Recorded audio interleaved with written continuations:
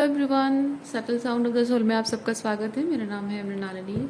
चलिए देखते हैं कि आज आपके लिए डिवाइन का क्या मैसेज है। ये जनरल रीडिंग है, तो इसमें जो मैसेजेस आपको रेजोनेट करता है बस उतना ही लीजिए। ज़रूरी नहीं है कि सारे मैसेजेस आपको रेजोनेट हों। सो ओपन माइंड रखिए, जो आपके लिए नहीं है उसे जाने दीजिए। हो सकता है वो किसी और के लिए हो। जेंडर स्पेसिफिक नहीं है और टाइमलेस रीडिंग्स है। तो यूनिवर्स प्लीज़ बताइए, जो भी मेरे व्यूअर्स हैं, कलेक्टिव हैं, आप उनके हाईएस्ट गुड के लिए उन्हें क्या मैसेज देना चाहते हैं। जो भी मेरे व्यूअर्स हैं, कलेक्टिव हैं, उनके हाईएस्ट गुड के लिए आप उन्हें क्या मैसेज देना चाहते हैं। डियर यूनिवर्स प्लीज़ बताएं।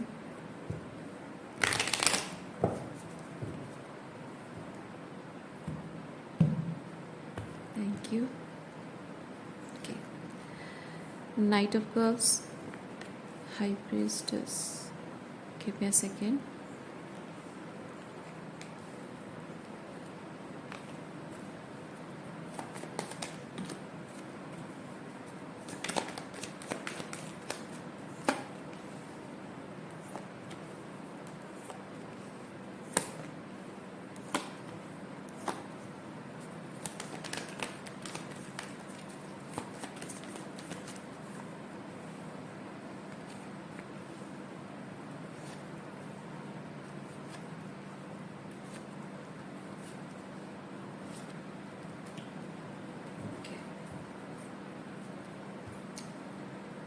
आपकी रीडिंग जो है आज, ये आपका और आपके लोगों के साथ, अपनों के साथ कनेक्शन को लेकर हो सकता है, उसके रिलेटेड हो सकता है। यहाँ पे मैं ये चीज़ देख पा रही हूँ कि आपका उन लोगों के साथ उनके साथ एक अटैचमेंट है, जो कि ओके अटैचमेंट भी है, और एक रिलेशनशिप को निभाने का जो पैटर्न है ना, उसमें एक टॉक्सिसिटी है। मैं नहीं कह रही हूँ कि आपके रिलेशनशिप, मतलब आपके रिलेशनशिप में आपकी तरफ से कोई टॉक्सिसिटी है, मैं वो नहीं कह रही हूँ। आपकी इंटेंशन में कोई टॉक्सिसिटी है, मैं वो नहीं कह रही हूँ। मैं कह रही हूँ कि रिलेशनशिप निभाने का जो पैटर्न है, उसमें एक टॉक्सिसिटी है। और ये जो टॉक्सिसिटी है, ये आप पर आपको मैनिपुलेट किया गया है। आप पर थोपी गई हैं कुछ ऐसी बातें, जिससे कि आप मैनिपुलेटेड हुए हैं मेंटली।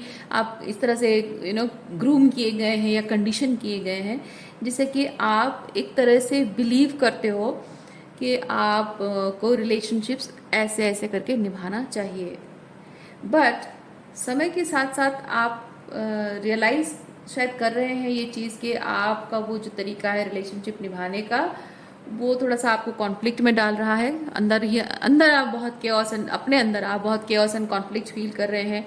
आप अंदर से फील करते हो कि यहाँ पीपल आर होल्डिंग बैक, और यहाँ इक्वल गिव एंड टेक नहीं है। सिर्फ आप अपनी तरफ से करे जा रहे हो और आप ओवर एक्सटेंड करते जाते हो। सारा काम आप करते हो, सारी रिस्पॉन्सिबिलिटी आप निभाते हो, हर बार आप ही कोशिश करते हो, क्योंकि आपको हमेशा ये लगता है कि आप में एक अच्छाई है कि आप जब भी कोई प्रॉब्लम होती है तो आप पहले अपने गिरवा में झांक कर देखते हो कि मुझसे कहाँ गलती हो रही है। तो जब आप अपनी गलतियों को पहले नज़र में डालते हो, चीज़ों को देखते हो, तो आप अपनी गलतियां सुधार लेते हो। गलतियां सुधारने के बाद आप फिर से एक कोशिश, नए नए सिरे से एक बार और कोशिश करते हो कि चलो मैंने अपनी गलतियां सुधार ली है, मैंने शैडो वर्क इनर वर्क कर लिया है, और अपने रिलेशनशिप को मैं फिर से उनके साथ ठीक करने की और एक कोशिश करता हूँ या करती हूँ। तो आपकी फिर से वो एक कोशिश होती है, तब आपको कुछ और नया नज़र आता है, फिर वहाँ पे आप फिर से इनर वर्क, शैडो वर्क करते हो, फिर कोशिश करते हो। लेकिन इस दौरान ये चीज़ हो रहा है कि आप जो पीस क्रिएट करना चाह रहे हैं अपने रिलेशनशिप में, और you want to make sure कि लोगों को एहसास हो कि आप बदल गए हो, आप सुधर गए हो, आप वही गलतियां फिर से नहीं दोहराओगे, और वो आपको एक्सेप्ट कर ले, अपना ले। लेकिन हर बार कुछ नया नया उमड़ता रहता है, आगे आता रहता है कोई चीज़, और आपको लगता है कि ओ माय गॉड, हाँ ये भी मुझसे गलती हो रही है, मुझे ये भी सुधारना है, ये भी काम करना है। तो एक एंडलेस लूप में ये चल रहा है कि आपकी गलतियां बाहर आ रही हैं, आप चीज़ों को ठीक कर रहे हो, और कंटिन्यूसली आप ही अकेले काम करते जा रहे हो, और आपको ये चीज़ लगता है कि उनकी तरफ से जो भी गलतियां हो रही हैं बड़ा दिल रख के मुझे माफ़ कर देना चाहिए, क्योंकि जिस तरह से आप खुद पर काम कर रहे हो, वैसे वो लोग भी खुद पर काम कर रहे होंगे। आपको जैसे अपना इनर वर्क शैडो करने में थोड़ा टाइम लगता है, उनको भी शायद लग रहा होगा। तो उनकी तरफ से आप ये चीज़ सोचने लग जाते हो, जबकि आप एक एम्पाथ हैं, सेंसिटिव ह्यूमन बीइंग है, सेंसिबल ह्यूमन बीइंग है। तो आपको ये चीज़ शायद लगता होगा कि जितना जैसे जैसे मुझे टाइम लग रहा है अपना इनर वर्क शैडो वर्क करने में, उनको टाइम लगता होगा। और मैं जैसे चाह रहा हूँ कि मेरे इनर वर्क के दौरान वो मुझे कंसिडर करें, मेरी गलतियों को माफ़ करें, मुझे मौका दें, तो वैसा वो भी चाहते होंगे कि मैं उनको कंसिडर करूँ। तो आप बार बार उनको माफ़ भी करते हो, उनको मौके भी देते रहते हो, और आप उनके जो बदतमीजियां हैं उस दौरान, जो वो बदतमीजी करते हैं, आपके साथ बिहेवियर करते हैं, उसे आप टॉलरेट भी करते हो, टॉक्सिक बिहेवियर करते हो उसे टॉलरेट भी करते हो, ये सोच के कि ये जो ट्रांसफॉर्मेशन आता है हमारी ज़िंदगी में, ये आसान नहीं होता है। हमारा जो शेडो वर्क होता है, हमारे अंदर की जो टॉक्सिक डेविल एनर्जी जो होती है, उसको टेम करना, अपने आप को एक सही बैलेंस्ड तरीके से प्रेजेंट करना, वो आसान कम नहीं होता है। क्योंकि जैसे होता है ना कि हम अच्छी आदतें सीखना हमारे लिए डिफिकल्ट होता है, लेकिन बुरी आदतें सीखने में ज़्यादा टाइम नहीं लगता है। लेकिन अच्छी आदतें छूटने में बहुत जल्दी हो जाता है, लेकिन बुरी आदतें छूटने में मुश्किल होती है। तो यहाँ पे वो चीज़ है कि बुरी आदतें छूटने में टाइम लगता है। तो हाँ, हो सकता है कि उस दौरान वो ट्राई कर रहे हैं, कोशिश कर रहे हैं उस टॉक्सिक बिहेवियर पर काम करने की, बट हाँ थोड़ा टाइम लग रहा है। तो मैं उन्हें उस दौरान, जब तक उन्हें पूरी तरह से रियलाइज़ नहीं होता है, मैं तब तक उन्हें माफ़ करता रहूँ या करती रहूँ। तो ये टेंडेंसी हो सकती है आपके अंदर। और आप एक्सक्यूज मी, आप शायद ये चीज़ सोच रहे हैं कि इस तरह से सोचना ये आपका बड़प्पन है, पर एक्चुअली में द फैक्ट इज कि ये आपका बड़प्पन नहीं है। एक्चुअली में आप जिन लोगों के साथ रहते हो, दे आर वेरी टॉक्सिक। और हो सकता है कि अगर ये रिलेशनशिप है तो may be your parents were toxic. तो कहीं से आपने सीखा है रिलेशनशिप निभाने का। जैसे मैंने स्टार्टिंग में कहा, रिलेशनशिप निभाने का एक तरीका आपने सीखा है जो टॉक्सिक है। कहाँ से सीखा है वो आप जाने। मैं नहीं कह रही हूँ यहाँ पे कि कोई आपके पेरेंट्स ही टॉक्सिक है, मैं नहीं कह रही हूँ, मैं किसी को ब्लेम नहीं कर रही, मैं होती कौन ब्लेम करने वाली, मैं जस्ट कह रही हूँ हो सकता है।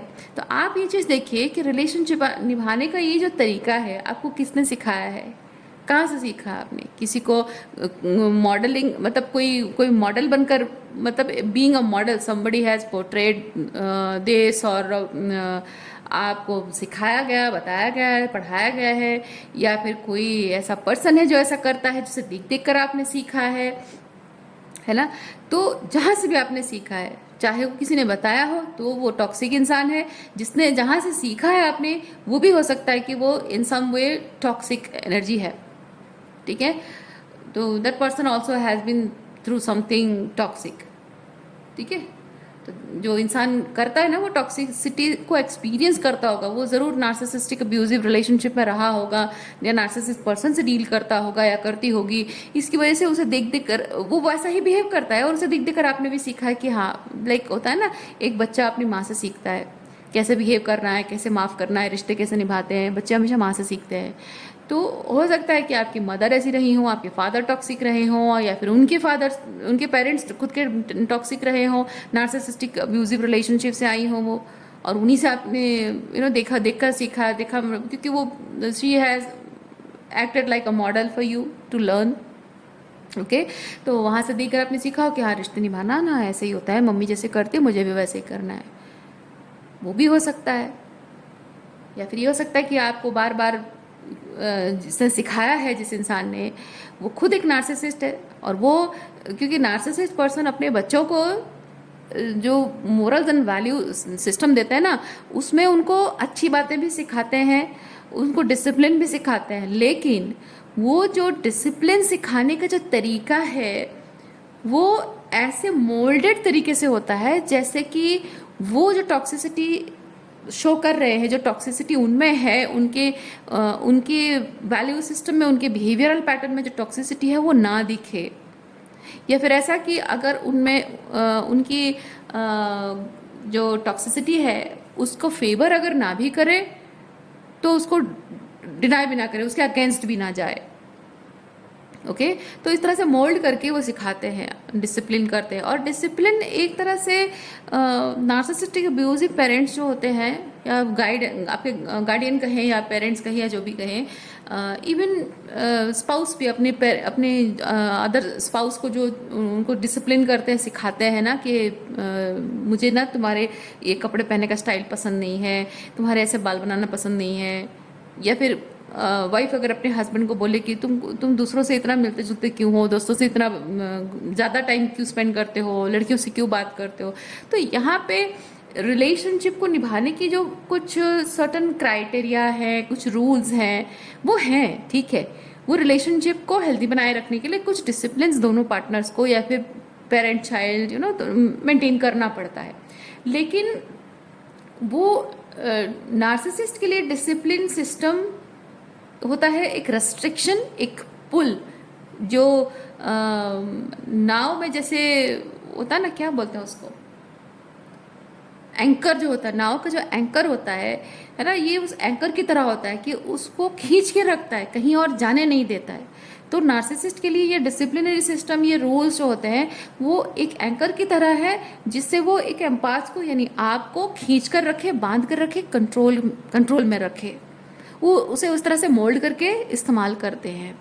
तो आप पर भी इसी तरह से कुछ न रिलेशनशिप निभाते रहना है, या फिर एक बहुत ही उनके हिसाब से बहुत ही कंफर्ट जोन में, मतलब उनके लिए कंफर्टेबल हो, उनके लिए बहुत ही आसान हो to deal with you, to handle you, okay. तो वो आसान हो, इसलिए हो सकता है उन्होंने आपको मोल्ड करके रखने की कोशिश में ये आपको सिखाया हो कि इस तरह से रिश्ते निभाए जाते हैं, ठीक है। लेकिन इस तरह से रिश्ते नहीं निभाए जाते हैं,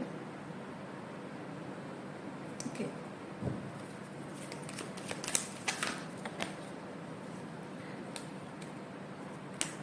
और हो सकता है कि ये जो पैटर्न आपने सीखा है या आपको सिखाया गया है, इससे आप एक लूप पे फंसे हुए हैं, जिसमें आपको लगता है कि क्योंकि देखिए क्या होता है ना, कि देखिए आप एक एम्पाथ हैं, ठीक है।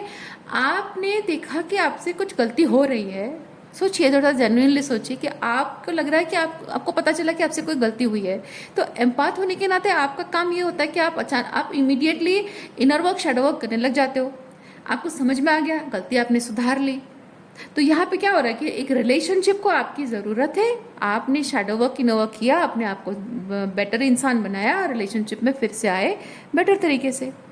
तो ये एक जनरल कैटेगरी मानी जाती है। तो नार्सिसिस्ट पीपल इस चीज़ को ऐसा दिखाते हैं कि हाँ, ये आपके साथ when it comes to you, ये सिचुएशन सेटिस्फाई होता है।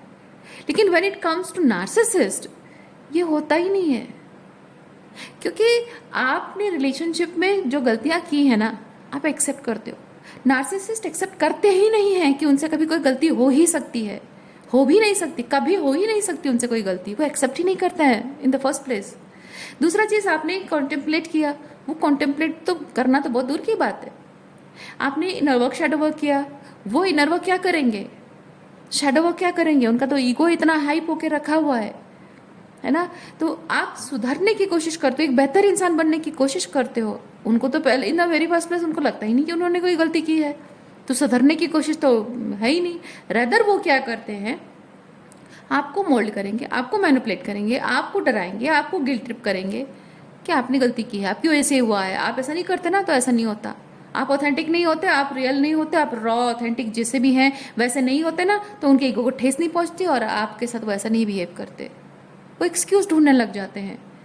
तो आप एक बेहतर इंसान बनकर रिलेशनशिप में वापस आते हो for the sake of the relationship, वो आप में लागू होता है, नार्सिसिस्ट में कभी लागू नहीं होता है। लेकिन जब आप खुद ये चीज़ करते हो माय डियर, आपको लगता है कि ये एक नॉर्मल चीज़ है और हर एक इंसान जब गलती करता है तो सुधर कर वापस आता है, और इसलिए आप उम्मीद लगाने लग जाते हो कि आपका जो नार्सिसिस्ट पार्टनर है या पेरेंट्स है या भाई बहन है या जो भी हैं, वो वही सेम चीज़ करेंगे, जबकि वो सेम चीज़ नहीं करेंगे, because they are toxic, they are narcissist. और आप ये सोचने लग जाते हो, ये सोचते रहते हो कि ये कब बदलेगा, इसमें बदलाव कब आएगा, ये कब सुधरेगा। पर being an empath, being a compassionate person, आप बड़ा दिल रखते हो और ये सोचते हो काइंड हार्टेड हो, इसलिए आप सोचते हो कि मैं थोड़ा इसको टाइम देता हूँ यार, क्योंकि आपको पता है कि जब इंसान गलती करता है ना, उसको रियलाइज करने में वक्त लगता है, इनर वर्क शैडो वर्क करने में वक्त लगता है, थोड़ा सुधर कर बेटर तरीके से इंसान बेटर ट्रांसफॉर्मेशन होकर वापस आने में भी थोड़ा वक्त लगता है। तो आप कंसिडर करते हो, उन्हें मौका देते हो, बार बार उस दौरान वो गलतियां करते रहते हैं, उन्हें माफ़ करते रहते हो इस उम्मीद पे कि वो एक ना एक दिन बदल जाएगा। मैं अगर उसे माफ़ करूंगा या करूंगी, उसे मौका देती रहूंगी, तो वो ये सोचेगा कि हाँ मैं इतनी गलती कर रहा हूँ, बावजूद उसके मतलब मुझे बदल जाना चाहिए, सुधर जाना चाहिए, लेकिन मैं सुधरने की कोशिश कर रहा हूँ लेकिन नहीं सुधर पा रहा हूँ। और फिर भी ये पर्सन मुझे मौका देते जा रही है, मुझे माफ़ करते जा रही है, और मैं हूँ कि बदल नहीं रहा हूँ। और वो बदल जाएगा? नहीं, ऐसा होता ही नहीं नार्सिसिस्ट के साथ। आप ये उम्मीद लगा रहे हैं, आप बड़ा दिल रखे उसे बार बार माफ़ कर रहे हो, उसकी गलतियों को आप नज़रअंदाज इसलिए कर रहे हो ना, ताकि वो ये समझे कि कॉन्टेम्पलेट करे इस चीज़ पर, इनर इंटीग्रेशन करे इस चीज़ पर कि हाय मैंने इतनी सारी गलतियाँ की हैं, बावजूद उसके देखो उसका दिल कितना बड़ा है, उसने मुझे माफ़ किया, मौका दे रही है मुझे, तो मैं अब और गलती नहीं करूँगा। Narcissist people don't do that. और आपकी इसी उम्मीद की वजह से ही आप ये dissatisfaction and chaos and conflict अंदर ही जो फील कर रहे हो ना, उसके लूप में कंटिन्यूसली घूमते जा रहे हो, खत्म ही नहीं हो रहा है। इंतज़ार कि आपकी घड़ी ख़त्म ही नहीं हो रही है, इंतज़ार सालों दर साल आप इंतज़ार करते जा रहे हो, वहीं स्टक हो, लाइफ में आगे नहीं बढ़ पा रहे हो।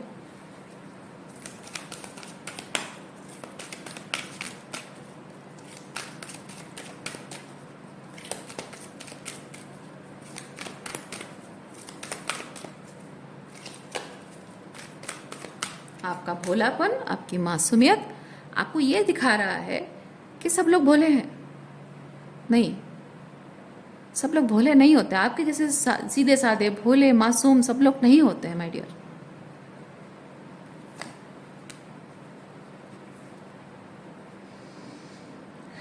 Refines your capacity to help those you would prefer to ignore. देखिए,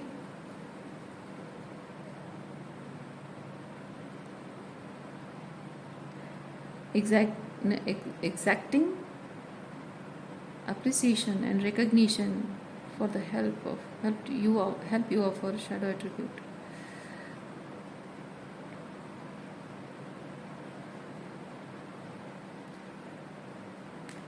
जो शैडो वर्क, जो इनर वर्क उन्हें करना चाहिए वो करेंगे, इस बात का इंतज़ार करते रहना आपके लिए एक कहा जाए कि बेवकूफ़ी है।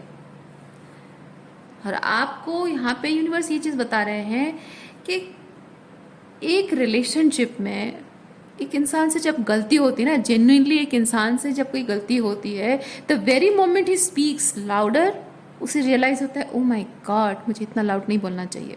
The very moment he speaks a slang, उसे रियलाइज होता है कि ओ माई गॉड मुझे एक गंदा शब्द नहीं बोलना चाहिए। द वेरी मोमेंट ही और शी डिसरेस्पेक्ट्स, उसे समझ में आ जाता है कि ओ मुझे ये डिसरेस्पेक्टफुल बिहेवियर नहीं करना चाहिए, कितना बुरा लगता होगा उसे, कितना बुरा लगा होगा उसे, मुझे ऐसा नहीं करना चाहिए, है ना। लेकिन यहाँ जिन लोगों से आप डील करते हो उन्हें तो लगता ही नहीं है कुछ, और आप उम्मीद लगाए बैठे हैं कि कब उन्हें रियलाइज होगा। रियलाइज माय डियर, उसे किसी भी इंसान को ना रियलाइज उसी मोमेंट में हो जाता है। हाँ, बस माफ़ी मांगने के लिए वक्त किसी को लगता है, क्योंकि उसके बहुत सारे रीज़न होते हैं। पहला रीज़न ये कि उसका गुस्सा आता है ना, गुस्से में आकर इंस्टेंटली बोला होगा, गुस्सा ठंडा थोड़ा हो जाए। उसके बाद ये चीज़ है कि उसके अपनी ईगो को साइड में रख के उसे बात करने की ज़रूरत पड़ रही होती है। फिर थर्ड चीज़ ये होता है कि झगड़ा हुआ है, बात बहुत बिगड़ी हुई है, मैं अगर जाऊँ बात करूँ तो पलट कर मुझे दो बातें सुनने को मिलेंगी, पलट कर तो जवाब देगा, पलट कर मुझे गालियाँ सुनाएगा, या पलट कर डिसरेस्पेक्टफुल तरीके से बिहेव करेगा, मैं उसे कैसे हैंडल करूँ, ये थोड़ा सोचता है इंसान। जब हिम्मत बढ़ जाती है कि नहीं जो होगा सो होगा, जैसा बिहेव करता है करे, पर मैं तो माफ़ी मांगूंगा ही, क्योंकि मेरे लिए माफ़ी मांगना ज़्यादा इंपॉर्टेंट है, क्योंकि मैंने उसके साथ गंदा बिहेव किया है। आगे जाकर वो मुझे एक्सेप्ट करे ना करे वो अलग बात है ना। उसके साथ मैं रिकंसाइल करना चाहता हूँ या नहीं चाहता हूँ, मैं उस बारे में बात करूँ, वो बात की बात है। पर इम्पॉर्टेंट चीज़ यह है कि गलती मुझसे हुई है और मुझे उस चीज़ के लिए माफ़ी मांगनी है। That is the most important thing. क्योंकि किसी भी इंसान को ना, अगर किसी रिश्ते में रहना है और वो प्यार है, सच्चे दिल से अगर कोई इंसान आपसे प्यार करता है, वो पहले यही चीज़ सोचेगा कि कुछ गलत उसने किया है और उस गलती की वजह से ज़िंदगी भर आप उसे गलत समझते रहोगे, उसके बारे में बुरा सोचते रहोगे, मतलब उसका बुरा नहीं चाहोगे, उसके बारे में गलत आइडिया, एक बुरा आइडिया आपके दिमाग में हमेशा रहेगा। और जो इंसान सच्चे दिल से प्यार करता है ना, वो कभी नहीं चाहता कि वो जिससे प्यार करता है वो लोग उसे उसके बारे में इस तरह से गलत आइडिया लेकर जीते रहें। क्योंकि हमारे लिए सबसे इम्पोर्टेंट ये होता है, हम जिनसे प्यार करते हैं ना, वो हमसे प्यार करते हैं, भले हमारे साथ ना रहें, भले हमारा उनके साथ डिस्टेंट रिलेशनशिप हो, भले ही दूर हैं, भले ही चाहे जैसा भी हो, पर इम्पॉर्टेंट फैक्टर ये है कि हम जिनसे प्यार करते हैं, हम चाहते हैं कि उनके दिल में भी हमारे लिए प्यार हो। प्यार नहीं तो नफरत ही ना सही, मतलब प्यार ना सही नफरत भी ना हो, है ना। लेकिन कोई इंसान अगर ये चीज़ बेयर कर पा रहा है, यानी कि हैंडल कर पा रहा है इस चीज़ को कि आप उससे नफरत करो, उसे कोई फर्क नहीं पड़ता है, इसका मतलब है ना, है कि नहीं। बात समझिए, यहाँ पे जो भी इनर वर्क, जो भी शैडो वर्क करने की ज़रूरत उस इंसान को है, आपको नहीं। अगर आप ये चीज़ देख रहे हो कि कोई इंसान आ रहा है, माफ़ी मांग रहा है, यस यू वॉन्ट। अगर कोई इंसान नहीं आ रहा है, देन ऑल्सो यू विन। क्योंकि कोई नहीं आ रहा है दैट मीन्स कि वो केयर नहीं करता, वो परवाह नहीं करता है आप क्या फील करते हो उसके बारे में, अच्छा बुरा क्या फील करते हो, उसे नफरत करते हो, उसे गलत समझते हो, उसे कोई फ़र्क नहीं पड़ता। फ़र्क इसलिए नहीं पड़ता क्योंकि उसे नहीं लगता कि उसने कुछ गलत किया है। जिसे लगता है कि उसने कुछ गलत किया है, उसे ज़रूर फ़र्क पड़ेगा आप कैसा फील करते हो उसके बारे में।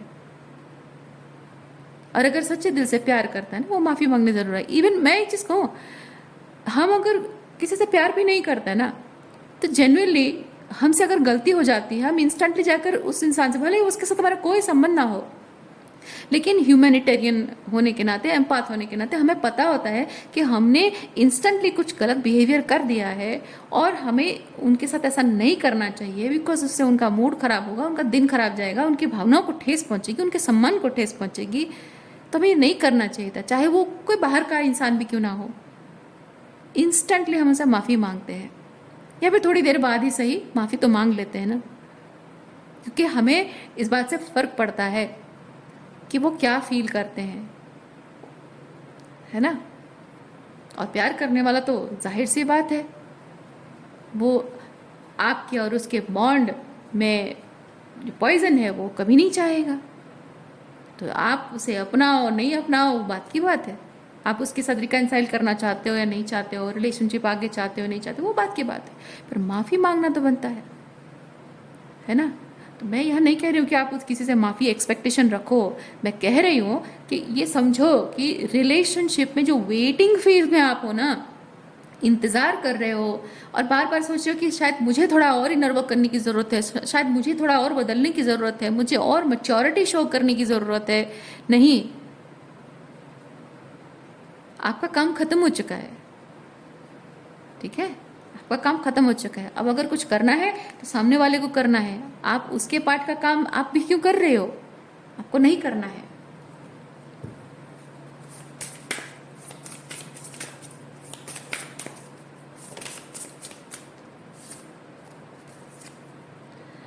You are perfectly imperfect. देखिए, एक रिलेशनशिप जिसे आप चाहते हो, पसंद करते हो, किसी इंसान से प्यार करते हो, वो रिलेशनशिप आपके लिए इम्पोर्टेंट है, ठीक है, वो रिलेशनशिप आपके हिसाब से परफेक्ट दिखना चाहिए, ऐसा ऐसा कंडीशन हो, ऐसा सिचुएशन हो तो परफेक्ट दिखेगा, वो आपके हाथ में अकेले नहीं है। एक रिलेशनशिप, परफेक्ट रिलेशनशिप कभी भी स्टार्टिंग से नहीं होता है, उसे परफेक्ट बनाना होता है और वो दो लोग मिलकर बनाते हैं। और रिलेशनशिप परफेक्ट का मतलब ये नहीं है कि आपके रिलेशनशिप में कभी झगड़े नहीं होंगे, कभी किसी चीज़ को लेकर आर्ग्यूमेंट नहीं होगी, ऐसा नहीं है। आपके व्यू पॉइंट और उनका व्यू पॉइंट हमेशा मैच करेगा ज़रूरी नहीं है, पर रिलेशनशिप परफेक्ट तब है जब आपके व्यू पॉइंट्स मैच नहीं हो रहे हैं, आपके बात मैच नहीं हो रही है, आपके आइडियाज़ मैच नहीं हो रहे हैं, बावजूद उसके आप दोनों मिलकर काम करते हो। आपके लिए इम्पोर्टेंट ये नहीं होता है कि कौन सही है, कौन कौन कौन राइट है, कौन रॉन्ग है, कौन सही गलत, या फिर कौन किसके आइडियाज़ बेटर है, वो इम्पोर्टेंट नहीं होता है। अपर हैंड में कौन रहता है ये इम्पोर्टेंट नहीं है। इम्पोर्टेंट ये है कि रिश्ता हमें निभाना है, ज़िंदगी भर इस रिश्ते को चलाना है, बिकॉज इट्स इम्पॉर्टेंट। उसके लिए जो बन पड़े साथ में मिलकर करना है। दोनों का ये इंटेंशन होना चाहिए। अकेले आपके सोचने से, आपके चाहने से कुछ नहीं होता है। इसलिए अगर एक रिश्ता आपको लगता है कि this relationship should look like this, is suppose to look like this, ये आपके डिक्शनरी में सिर्फ रह जाएगा अगर सामने वाला वर्क नहीं करेगा। और आपको इस चीज़ को एक्सेप्ट करना होगा। ये कार्ड आपको वही बता रहा है, अगर वो रिश्ता टूट रहा है, खराब हो रहा है, जो भी है, आपको एक्सेप्ट करना होगा ये चीज़। अकेले आप हाथ पैर मारकर कुछ नहीं कर सकते हो। ओके, सो आज के लिए इतना ही है। उम्मीद करती हूँ इस रीडिंग से आपको कुछ क्लैरिटी मिली हो। मैं आपको नेक्स्ट रीडिंग में मिलती हूँ। अपना ख्याल रखिए। बाय।